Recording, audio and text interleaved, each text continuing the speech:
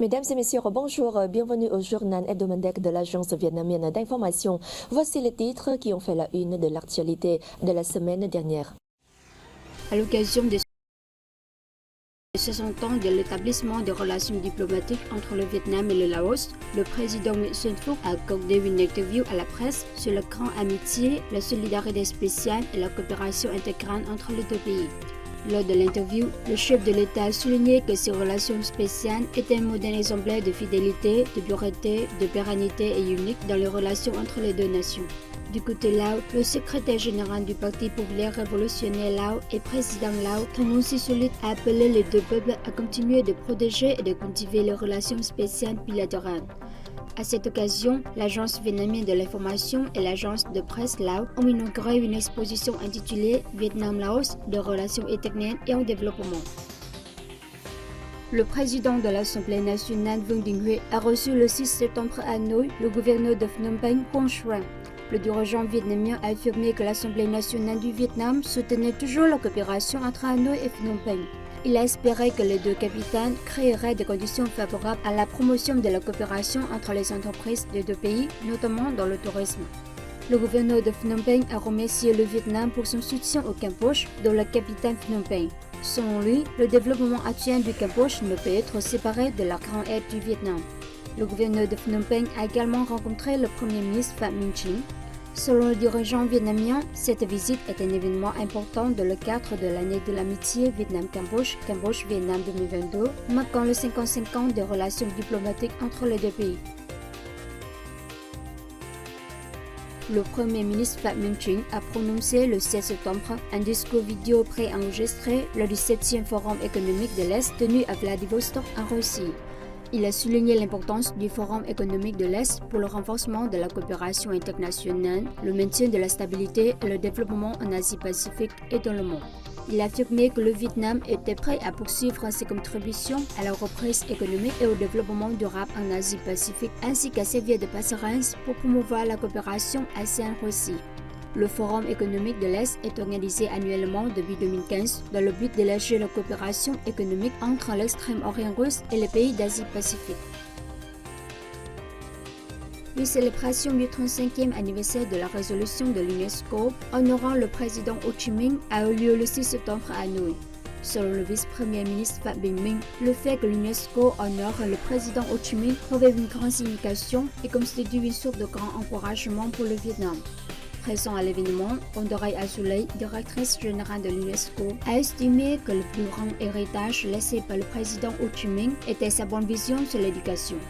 À cette occasion, un livre bilan intitulé « Affection des peuples du monde pour le président Ho Chi Minh » a été publié.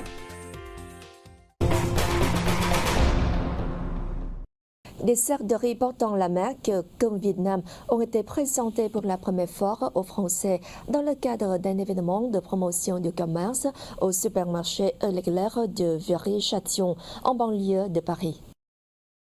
Intitulé Fête de la Lune, cet événement a été inauguré le 2 septembre par le bureau commercial de l'ambassade du Vietnam en France pour présenter des spécialités gourmandes du Vietnam, de la fête de la mi-automne en particulier. Le riz est excellent, madame. C'est le nouveau riz vietnamien. Très goûteux, très moelleux. On sent vraiment le goût du riz, c'est très bon. Vous allez bien ? Merci. Comme Vietnam est une marque du groupe Lok Choy, qui est le premier exportateur de riz vers l'Europe dans le cadre de l'accord de libre-échange entre le Vietnam et l'Union européenne. Ce qui nous a fait ressortir, c'est la qualité et le goût, la senteur du produit et aussi le prix. D'accord. Donc l'année d'avant, nous avions fait du riz chinois. Cette année, Leclerc a décidé de faire du riz vietnamien. Nous avons aujourd'hui plus de 80 produits vietnamiens dans nos rayons, dans notre assortiment, que les consommateurs et les clients achètent avec bonheur. Et particulièrement, nous apprécions le produit phare et principal du Vietnam, qui est le riz. Ce riz que les Vietnamiens font avec amour et avec beaucoup de sérieux et d'exigence. Cette exigence qui répond parfaitement aux critères de l'Union européenne et qui permet aux consommateurs de cuisiner de la manière la plus simple possible ce riz vietnamien. Cette marque de riz a également été présentée lors d'un événement similaire qui a débuté le 6 septembre à Carrefour, l'un des plus prestigieuses chaînes de distribution en France. Cette année, le Vietnam devrait enregistrer un excédent commercial de moins d'1 milliard de dollars, selon le ministère de l'Industrie et du Commerce. Selon un rapport de ce ministère, les exportations nationales devraient atteindre environ 368 milliards de dollars et les importations 367 milliards de dollars. Au premier semestre de cette année, la valeur d'import-export a dépassé 371,3 milliards de dollars. 29 articles ont affiché un chiffre d'affaires à l'exportation dépassant le milliard de dollars, soit 4 de plus qu'à la même période de l'an dernier.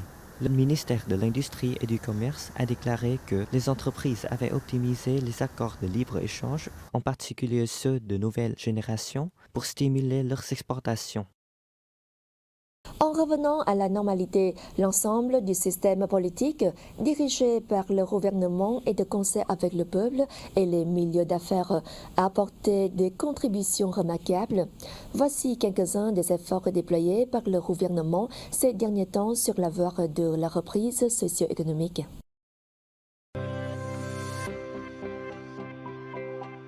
Premièrement, les efforts du gouvernement dans la lutte contre le Covid-19 méritent une mention particulière.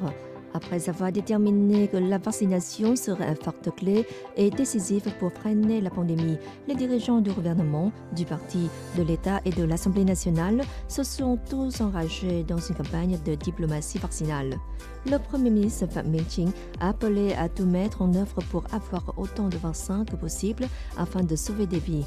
Ces efforts ont aidé le Vietnam à revenir plus tôt que bien d'autres pays à la normalité.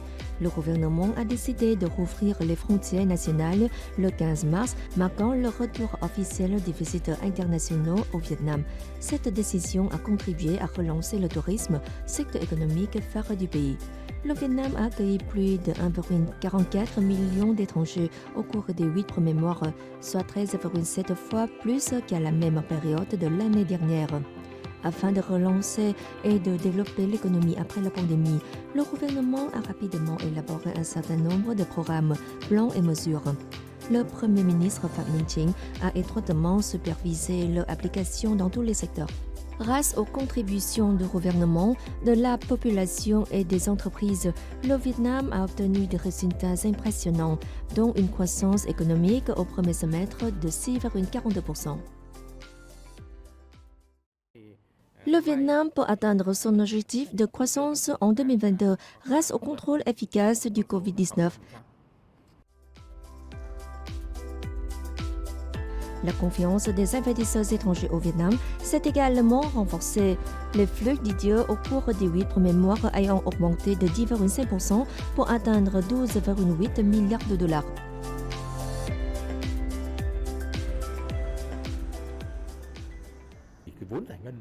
Les chiffres montrent que les investisseurs nationaux et étrangers apprécient rendement le climat d'affaires du Vietnam. Ils sont confiants quant au rebond économique du pays.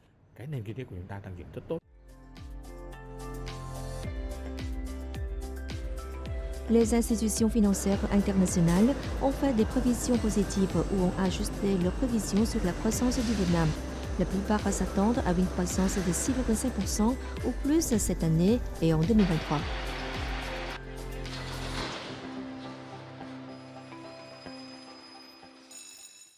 Société maintenant. Cao Lãnh, chef-lieu de la province de Đồng Tháp au sud, a rejoint le réseau mondial des villes apprenantes de l'UNESCO. L'annonce a été faite le 2 septembre dernier par l'organisation onusienne. Avant Cao Lãnh, Hải Dương et Ho Chi Minh Ville ont intégré ce réseau en 2015, Sa Điec et Vinh en 2020. Cette année, 77 nouvelles villes de 44 pays ont rejoint le réseau, portant le nombre total à 294 villes dans 76 pays du monde entier qui encouragent avec succès l'apprentissage tout au long de la vie au sein de leur communauté. Le réseau mondial des villes apprenantes de l'UNESCO constitue un réseau d'envergure mondiale axé sur les politiques internationales. Il a pour mission de soutenir et d'accélérer la pratique de l'apprentissage tout au long de la vie dans les villes du monde entier.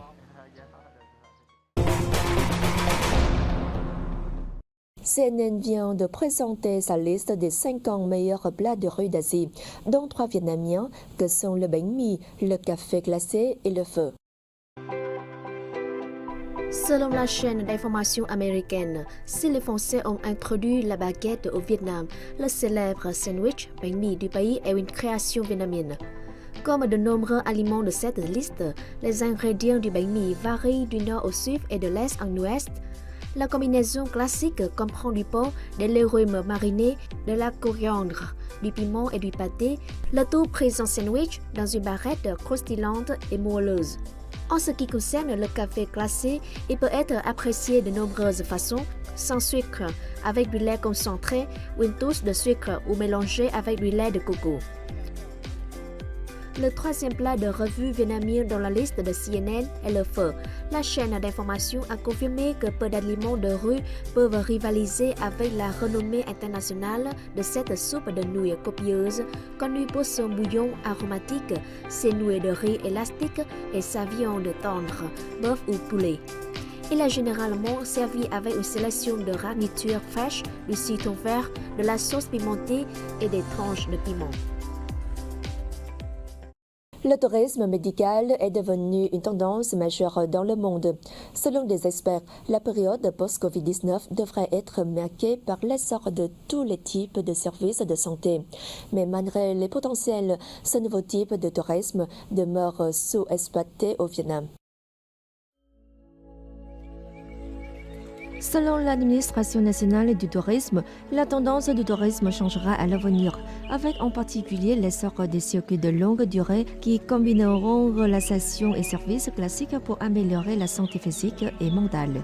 Toutefois, le tourisme de bien-être n'est pas encore exploité au Vietnam en raison du manque de recherche approfondie sur ses potentiels, de l'absence d'orientation et de politique spécifique pour son développement. Ces dernières années, de nombreuses sources minérales chaudes ont été ouvertes, dont Quang Hanh dans la province de Quang Ninh, My Lam dans la province de Tuyên Quang et Thanh Thuy dans celle de Phu Tho, proposant des services de tourisme de santé de style japonais avec des bains thermaux. Avant la pandémie de Covid-19, en 2018, environ 350 000 étrangers sont venus au Vietnam pour faire des examens et traitements médicaux, rapportant au chiffre d'affaires de 2 milliards de dollars. Et environ 40 000 Vietnamiens voyageaient à l'étranger chaque année pour les services de santé associés au tourisme. Pour répondre à la demande des touristes, certaines agences de voyage ont développé une large gamme de services touristiques associés à la promotion de la santé, tels que yoga sur la plage et massothérapie, offrant de nouvelles expériences aux visiteurs. La province montagneuse de Sơn La est réputée pour ses espaces naturels d'une grande beauté. En arrivant à Sơn La, les visiteurs ne doivent pas rater la splendide cascade de Nàng Tiên ou Phê. Située à environ 7 km du district de Vân Hồ, commune de Chieng Hoang, cette cascade est l'une des plus belles et des plus célèbres de la région. Les chutes à 3 niveaux et l'eau turquoise rardent les visiteurs pendant une longue journée. J'ai présenté la cascade de Nàng Tiên à mes amis et mes cousins qui sont tous impressionnés par sa beauté. C'est la première fois que je viens ici et ce site vaut bien les 2 heures de voyage. La cascade de Nàng Tiên est une destination attrayante. L'afflux de touristes permet d'améliorer les moyens de subsistance des habitants locaux et de contribuer à la protection des forêts. Au premier semestre de cette année, nous avons accueilli 80 000 visiteurs et le chiffre d'affaires du tourisme a été de plus de 513 000 $.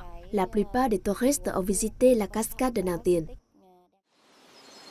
Reconnue comme site culturel et historique de niveau provincial, la cascade de Nàng Tiên est un des lieux stratégiques du plan de développement touristique du district de Vân Hồ.